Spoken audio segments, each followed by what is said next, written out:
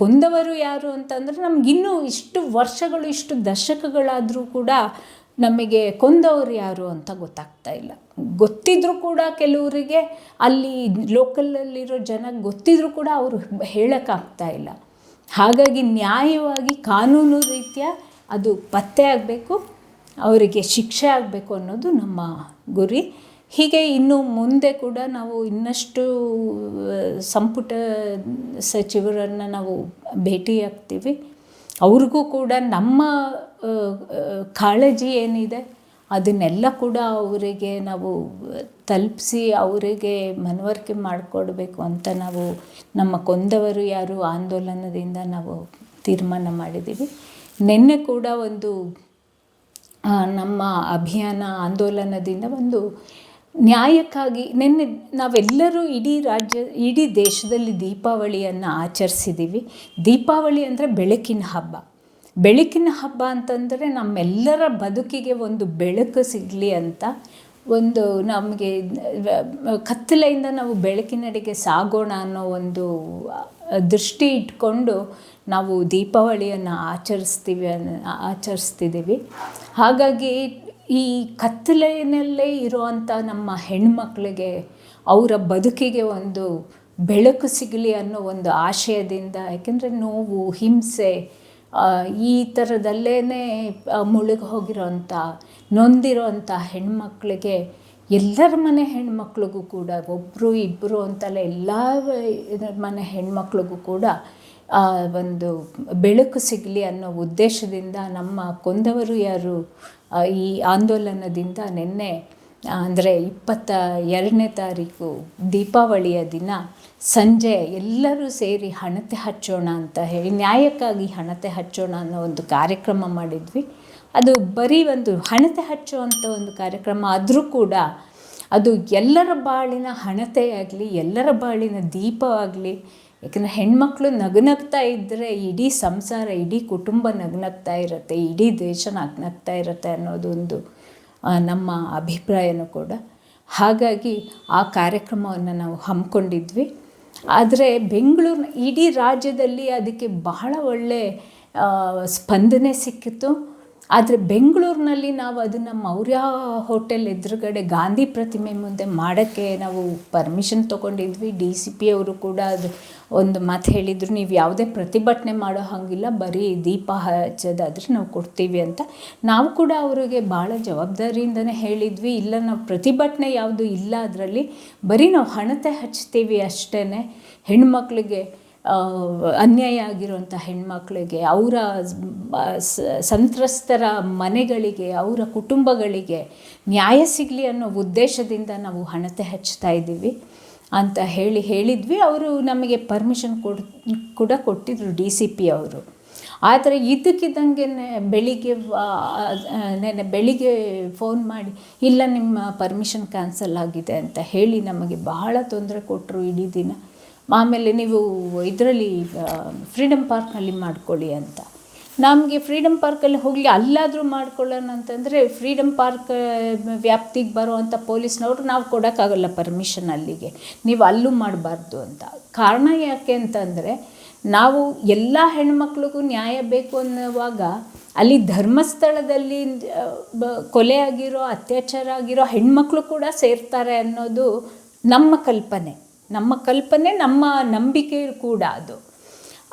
ಆದರೆ ಯಾವಾಗಲ್ಲಿ ಧರ್ಮಸ್ಥಳದ ಹೆಸರು ಬಂತೋ ಅಥವಾ ಸೌಜನ್ಯಗಳ ಹೆಸರು ಬಂತೋ ತಕ್ಷಣ ಪೊಲೀಸ್ನವರು ಅದು ಯಾಕೆ ಅವರು ನಡುಗ್ತಾರೋ ಗೊತ್ತಿಲ್ಲ ನನಗೆ.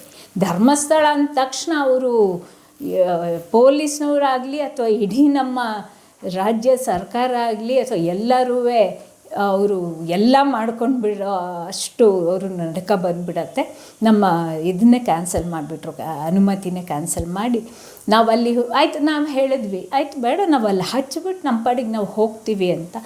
ನಮಗಲ್ಲಿ ನಿಲ್ಲಕ್ಕೂ ಬಿಡಲಿಲ್ಲ. ಸಂಜೆ ನಮಗಿಂತ ಜಾಸ್ತಿ ಪೊಲೀಸ್ನವ್ರು ಬಂದು ಒಂದು BMTC ಬಸ್ನೇ ತೊಗೊಂಬಂದು ಕಾಯ್ತಾಯಿದ್ರು ನಮ್ಮನ್ನು ಅರೆಸ್ಟ್ ಮಾಡೋಕ್ಕೆ.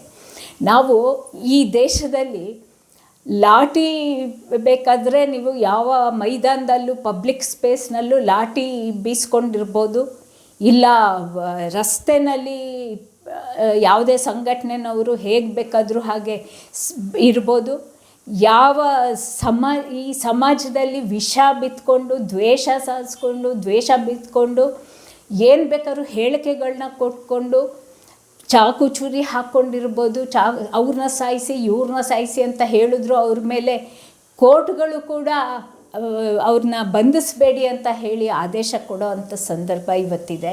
ಆದರೆ ನಾವು ಮಾತ್ರ ಹೆಣ್ಮಕ್ಳು ಹೋಗಿ ಅಹಿಂಸೆಯನ್ನು ಪ್ರತಿಪಾದಿಸಿದಂತಹ ಗಾಂಧಿ ಪ್ರತಿಮೆ ಎದುರಿಗೆ ನಾವು ಕೂಡ ಹೆಣ್ಮಕ್ಳು ಅಹಿಂಸಾತ್ಮಕವಾಗಿ ಹೋಗಿ ಒಂದು ಹಣತೆಯನ್ನು ಹಚ್ಚೋಕ್ಕೆ ನಮಗೆ ಪರ್ಮಿಷನ್ ಕೊಡಲ್ಲ, ನಿಮ್ಮನ್ನು ಅರೆಸ್ಟ್ ಮಾಡ್ತೀವಿ ಅಂತ ಹೇಳೋವಂಥ ಪೊಲೀಸ್ ರಾಜ್ಯ ಇವತ್ತು ಸೃಷ್ಟಿಯಾಗಿದೆ ಈ ದೇಶದಲ್ಲಿ, ಈ ರಾಜ್ಯದಲ್ಲಿ. ಅಂತಂದರೆ ನಾವು ಮುಖ್ಯಮಂತ್ರಿಗಳನ್ನ ಕೇಳಬೇಕಾಗತ್ತೆ, ಇದೇನಾ ನಿಮ್ಮ ಸಮಾನತೆಯ ಆಶಯ? ಇದೇನಾ ನೀವು ಹೇಳ್ತಾ ಇರೋವಂಥ ಈ ಪ್ರಜಾಪ್ರಭುತ್ವ ಅಂತ ನಾವು ಕೇಳಬೇಕಾಗತ್ತೆ. ಈ ಗೃಹ ಮಂತ್ರಿಗಳನ್ನ ಕೇಳಬೇಕಾಗತ್ತೆ, ನೀವು ಯಾರ ಪರವಾಗಿ ನೀವು ಇದ್ದೀರಾ ಅಂತ. ನಾವು ಹಣತೆ ಹಚ್ತೀವಿ ಅಂತಂದರೆ ನೀವು ನಮ್ಮನ್ನು ಅರೆಸ್ಟ್ ಮಾಡ್ಸೋಕ್ಕೆ ಹೋಗ್ತಿರಲ್ಲ. ಆಯಿತು, ನಮಗೇನು ಅರೆಸ್ಟ್ ಮಾಡಿಸಿದ್ರೆ ನಮಗೇನು ಬೇಜಾರಿಲ್ಲ, ನಮಗೇನು ಭಯನೂ ಇಲ್ಲ, ನಮಗೇನು ಹೊಸದೂ ಅಲ್ಲ. ನಾವೆಲ್ಲ ಹೋರಾಟಗಾರ್ತಿಯರು, ನಾವು ಹೋರಾಟದ ಮೈದಾನಕ್ಕೆ, ರಣರಂಗಕ್ಕೆ ಇಳಿದಿದ್ದೀವಿ, ನಮಗೆ ಯಾವುದೂ ಭಯವಿಲ್ಲ. ಆಮೇಲೆ ನಾವು ನ್ಯಾಯಕ್ಕಾಗಿ ಹೋರಾಟ ಮಾಡ್ತಾ ಇರೋವಂಥವ್ರು, ಹಾಗಾಗಿ ನಮಗೆ ಯಾವುದೂ ಭಯ ಇಲ್ಲ. ಸೊ ನಾವೇನು ಮಾಡಿದ್ವಿ, ಆಯಿತು ಅವರು ಭಾಳ ಇದು ಹೈಕೋರ್ಟ್ ಆದೇಶ ಉಲ್ಲಂಘನೆ ಮಾಡ್ತಿದ್ದೀರಾ ಅಂತಂದರು. ಆಯಿತು ಸರಿ ಅಂತ ಹೇಳಿ ನಾವು ಅಲ್ಲಿಂದ ರೋಡ್ ಕ್ರಾಸ್ ಮಾಡೋಕ್ಕೆ ಹೋದರೆ ಅಲ್ಲಿ ನೀವಿಲ್ಲಿ ನಿಲ್ಲಬಾರ್ದು ಅಂತಾರೆ ಪೊಲೀಸ್ನವರು. ಸಾರ್ವಜನಿಕ ರಸ್ತೆಯಲ್ಲಿ ನಿಲ್ಲಬಾರ್ದು ಅಂತಾರೆ. ಇದು ಇವ್ರ ಅಪ್ಪನ ಮನೆ ಆಸ್ತಿನ ಸಾರ್ವಜನಿಕ ರಸ್ತೆ ಅಂತಂದರೆ ಏನು ತಿಳ್ಕೊಂಡಿದ್ದಾರೆ ಇವರು? ನಾವು ರಸ್ತೆ ಮೇಲೂ ನಿಲ್ಲಬಾರ್ದು ಅಂದರೆ ಇನ್ನು ಎಲ್ಲಿ ನಿಲ್ಲೋಣ? ಇಂಥ ಪೊಲೀಸ್ನವ್ರು ಇವತ್ತು ಬಹಳ ಅವರು ಎಲ್ಲಿಗೆ ಹೋಗಬೇಕೋ ಅಲ್ಲಿಗೆ ಹೋಗ್ತಾ ಇಲ್ಲ. ಯಾರನ್ನ ಅತ್ಯಾಚಾರಿಗಳನ್ನ, ಕೊಲೆಗಡುಕರನ್ನ ಅಥವಾ ದ್ವೇಷಕಾರೋ ಅಂಥವ್ರನ್ನ ಅವ್ರನ್ನ ಅರೆಸ್ಟ್ ಮಾಡೋಕ್ಕೆ ಹೋಗ್ತಾ ಇಲ್ಲ. ಅವ್ರನ್ನ ನೀವು ಇಲ್ಲಿ ನಿಲ್ಲಬೇಡಿ, ನೀವು ಇಲ್ಲಿ ನಿಮ್ಮನ್ನು ಬಂಧಿಸ್ತೀವಿ ಅಂತ ಅವ್ರಿಗೆ ಹೇಳೋ ತಾಕತ್ತು ಇವರಿಗಿಲ್ಲ. ನಮ್ಮನ್ನು ಇವತ್ತು ಈ ಥರ ನೀವು ಇಲ್ಲಿ ನಿಲ್ಲಬೇಡಿ ಅಂತ ಹೇಳ್ತಾ ಇದ್ದಾರೆ ಅಂತಂದರೆ ಇವರು ಪೊಲೀಸ್ನವರು, ಖಾಕಿ ಯೂನಿಫಾರ್ಮ್ ತೊಟ್ಟ ಪೊಲೀಸ್ನವರು ಯಾರ ಪರವಾಗಿ ಇದ್ದಾರೆ ಅನ್ನೋದು ನಮ್ಮ ಪ್ರಶ್ನೆಯಾಗಿದೆ.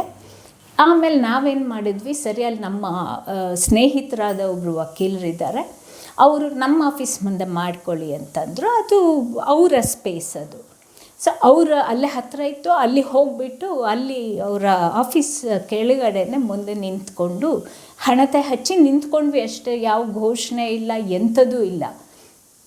ಮತ್ತು ಅಲ್ಲಿಗೂ ಪೊಲೀಸ್ನವ್ರು ನಮ್ಮ ಹಿಂದೆ ಬಂದಿದ್ದಾರೆ. ನಾವು ಏನೋ ಕಳ್ತನ ಮಾಡೋಕ್ಕೆ ಬಂದಿದ್ದೀವಿ, ಏನೋ ದರೋಡೆ ಮಾಡೋಕ್ಕೆ ಬಂದಿದ್ದೀವಿ ಅನ್ನೋ ಥರ ನಾವು ಬಂದಿದ್ದಾರೆ. ಅದೊಂದು ಸ್ವಲ್ಪ ಚಿಕ್ಕ ರಸ್ತೆ ಇತ್ತು, ಬಟ್ ನಾವು ನಿಂತಿದ್ದು ಬರೀ ಫುಟ್ಪಾತ್ ಮೇಲೆ ಅಷ್ಟೇ. ಅಂದರೆ ಅವರ ಆಫೀಸ್ ಒಳಗೆ ಹೋಗೋದು ಇತ್ತಲ್ಲ ದಾರಿ, ಅಲ್ಲೇ ನಿಂತಿದ್ದು ನಾವೊಂದು 15-20 ಜನ ಇದ್ವಿ. ಆದರೆ ಪೊಲೀಸ್ನವರು ಇಡೀ ರಸ್ತೆ ಬ್ಲಾಕ್ ಮಾಡಿಬಿಟ್ಟು ನಮಗೆ ಹೇಳ್ತಿದ್ದಾರೆ, ನೀವು ರಸ್ತೆ ಬ್ಲಾಕ್ ಮಾಡ್ತಿದ್ದೀರಾ, ನಮಗೆ ಕಂಪ್ಲೇಂಟ್ ಬರ್ತಾ ಇದೆ ಅಂತ. ನಾವು ಹೇಳಿದ್ವಿ, ಯಾರು ಕಂಪ್ಲೇಂಟ್ ಕೊಡ್ತಿದ್ದಾರೆ ಹೇಳಿ ಸರ್ ಸ್ವಲ್ಪ ಅಂತ. ಆಮೇಲೆ ನಾವು ಹೇಳಬೇಕಾಯ್ತು, ನೀವು ರಸ್ತೆ ಬ್ಲಾಕ್ ಮಾಡ್ತಿರೋದು ನಾವಲ್ಲ ಅಂತ. ನೀವಿಲ್ಲಿಂದ ಹೋಗಿ ದೀಪ ಆರಿಸಿ ಅಂತಾರೆ. ದೀಪ ಆರಿಸಿ ಮೊದಲು ಅಂತ. ಅವ್ರಿಗೆ ದೀಪದ ಬಗ್ಗೆ ಯಾಕೆ ಅಷ್ಟು, ಬೆಳಕಿನ ಬಗ್ಗೆ ಯಾಕೆ ಅಷ್ಟೊಂದು ಭಯ? ಅಂದರೆ ನಾವೆಲ್ಲ ಹೆಣ್ಣುಮಕ್ಕಳು ಕತ್ತಲೆಯಲ್ಲೇ ಇರಬೇಕು ಅನ್ನೋದು ಪೊಲೀಸರ ಮತ್ತು ಈ ರಾಜ್ಯದ, ಈ ಸರ್ಕಾರದ, ಈ ಪ್ರಭುತ್ವದ ಆಶಯವ ಅನ್ನೋದು ನನಗೆ ಅರ್ಥ ಆಗ್ತಾ ಇಲ್ಲ. ಹಾಗಾಗಿ ನಾನು ಇವ್ರನ್ನ ಕೇಳೋದಿಷ್ಟೇ. ಆಮೇಲೆ ಇನ್ನೊಂದು ವಿಷಯ, ನಾವು ಬಾಂಬ್ ತೊಗೊಂಡೋಗಿರಲಿಲ್ಲ, ಪಟಾಕಿ ತೊಗೊಂಡೋಗಿರಲಿಲ್ಲ, ಬಂದೂಕು ತೊಗೊಂಡು ಹೋಗಿರಲಿಲ್ಲ, ಇವು ಯಾವನ್ನೂ ತೊಗೊಂಡು ಹೋಗಿರಲಿಲ್ಲ. ನಮ್ಮ ಬ್ಯಾಗಲ್ಲಿದ್ದಿದ್ದು ಪೇಪರ್ ಇತ್ತು, ಪೆನ್ ಇತ್ತು, ನಮ್ಮ ಧ್ವನಿ ಇತ್ತು, ಒಂದು ಹಣತೆ ಇತ್ತು, ಅಷ್ಟೇ ಇದ್ದಿದ್ದು, ಬೇರೆ ಏನೂ ಇರಲಿಲ್ಲ. ನಮ್ಮ ಧ್ವನಿಗೆ ಇವರು ಇಷ್ಟು ಹೆದರ್ತಾರೆ ಅಂತಂದರೆ ಬಹುಶಃ ಜನ ಅರ್ಥ ಮಾಡ್ಕೋಬೇಕು. ನಾವೆಲ್ಲರೂ ಒಟ್ಟಿಗೆ ಎದ್ದು ನಿಂತರೆ ಖಂಡಿತವಾಗ್ಲೂ ನಮಗೆ ನ್ಯಾಯ ಸಿಗತ್ತೆ ಅನ್ನೋದು. ಇವ್ರು ಯಾರೂ ನಮಗೆ ಹೆದರ್ಸೋಕ್ಕೆ ಸಾಧ್ಯ ಇಲ್ಲ. ಹಾಗಾಗಿ ಸ್ನೇಹಿತರೆ, ನಾನು ನಿಮ್ಮನ್ನು ಕೇಳ್ಕೊಳ್ತಾ ಇರೋದಿಷ್ಟೇ, ನಾವೆಲ್ಲರೂ ಒಟ್ಟಾಗಿ ಎದ್ದು ನಿಲ್ಲೋಣ. ನಮ್ಮ ಧ್ವನಿಯನ್ನು ಯಾರೂ ಕೂಡ ಅಡಗಿಸೋಕ್ಕೆ ಸಾಧ್ಯ ಇಲ್ಲ. ನಾವೆಲ್ಲರೂ ಧ್ವನಿ ಎತ್ತೋಣ. ನಾವೆಲ್ಲರೂ ಬೆಳಕನ್ನು ಯಾವತ್ತೂ ನಂದಿಸೋದು ಬೇಡ. ಇವ್ರು ಯಾರೇ ಬೆಳಕನ್ನು ಕಾಣೋದು ಬೇಡ ಅಂತಂದ್ರೂ ನಾವು ಬೆಳಕಿನತ್ತ ಸಾಗೋಣ. ನಿಮ್ಮೆಲ್ಲರಿಗೂ ದೀಪಾವಳಿಯ ಶುಭಾಶಯಗಳು. ಈ ಪೊಲೀಸ್ ರಾಜ್ಯ ನಡೆಯೋದಿಲ್ಲ. ನಾವೆಲ್ಲರೂ ಎಚ್ಚೆತ್ಕೊಂಡ್ರೆ ಖಂಡಿತವಾಗ್ಲೂ ನಾವು ಒಂದು ಪ್ರಜಾಪ್ರಭುತ್ವವನ್ನು ಮತ್ತೆ ನಾವು ಅದನ್ನು ಪ್ರಜಾಪ್ರಭುತ್ವದ ಆಶಯಗಳನ್ನ, ನಮ್ಮ ಸಂವಿಧಾನ ನಮಗೆ ಕೊಟ್ಟಂಥ ಹಕ್ಕುಗಳನ್ನ ನಾವು ಅದನ್ನು ಅಸರ್ಟ್ ಮಾಡ್ಕೊಳ್ಳೋಕ್ಕೆ, ಅದನ್ನು ಕಾಣಿಸ್ಕೊಳ್ಳೋಕ್ಕೆ ನಾವು ಮತ್ತೆ ಹೋರಾಟಗಳನ್ನ ನಾವು ಮಾಡೋಕ್ಕೆ ಮತ್ತು ಬೀದಿಗೆ ಬರೋಣ. ಬೀದಿಗೆ ಬರಲೇಬೇಕಾಗತ್ತೆ. ಆ ಹೋರಾಟಗಳು ನಮಗೆ ಹೆಚ್ಚೆಚ್ಚು ಶಕ್ತಿ ಕೊಡತ್ತೆ. ಆ ಹೋರಾಟಗಳಿಗೆ ನಾವು ಕೂಡ ಹೆಚ್ಚು ಶಕ್ತಿ ಕೊಡೋಣ ಅಂತ ಹೇಳ್ತಾ, ಈ ಧರ್ಮಸ್ಥಳದಲ್ಲಿ ನಡೆದಿರುವಂಥ ಪ್ರಕರಣಗಳೇನಿವೆ, ಅನ್ಯಾಯದ ಪ್ರಕರಣಗಳು, ದೌರ್ಜನ್ಯದ ಪ್ರಕರಣಗಳು, ಹಿಂಸೆಯ ಪ್ರಕರಣಗಳು, ಇದ್ಯಾವುದು ಕೂಡ ದೇವರು ಮತ್ತು ಧರ್ಮಕ್ಕೆ ಸಂಬಂಧಿಸಿದ್ದಲ್ಲ ಅಂತ ಮತ್ತೆ ಹೇಳ್ತಾ, ಇವೆಲ್ಲವೂ ಮನುಷ್ಯರಿಗೆ ಸಂಬಂಧಿಸಿದ್ದು, ಮನುಷ್ಯರೇ ಮಾಡಿರುವಂಥ ಅನ್ಯಾಯಕ್ಕೆ ಸಂಬಂಧಿಸಿದ್ದು. ಇಲ್ಲಿ ಕೊಂದವರು ಯಾರು, ಅನ್ಯಾಯ ಮಾಡಿದವರು ಯಾರು ಅನ್ನೋದನ್ನು ಪತ್ತೆ ಮಾಡೋಕ್ಕೆ ಈ ವ್ಯವಸ್ಥೆಗೆ ನಾವು ಯಾವ ವ್ಯವಸ್ಥೆ ಹೊಣೆಗಾರಿಕೆ ಇದೆ ಅದನ್ನು ನಾವು ಪ್ರಶ್ನೆ ಮಾಡೋಣ, ಅದನ್ನು ಎಚ್ಚರಿಸೋಣ ಅಂತ ಹೇಳ್ತಾ, ಸಾರಿಗೆ ಟಿವಿಯ ವೀಕ್ಷಕರಿಗೆಲ್ಲ ದೀಪಾವಳಿಯ ಶುಭಾಶಯಗಳನ್ನ ಮತ್ತೊಮ್ಮೆ ಹೇಳ್ತೇನೆ. ಸಾರಿಗೆ ಟಿವಿ ಮತ್ತೆ ವೀಕ್ಷಣೆ ಮಾಡ್ತಾಯಿರಿ. ಸಾರಿಗೆ ಟಿವಿಗೆ ನನ್ನ ನಮಸ್ಕಾರಗಳು. ಸಾರಿಗೆ ಟಿವಿಯ ವೀಕ್ಷಕರಿಗೂ ನನ್ನ ನಮಸ್ಕಾರಗಳು. ನಮಸ್ಕಾರ.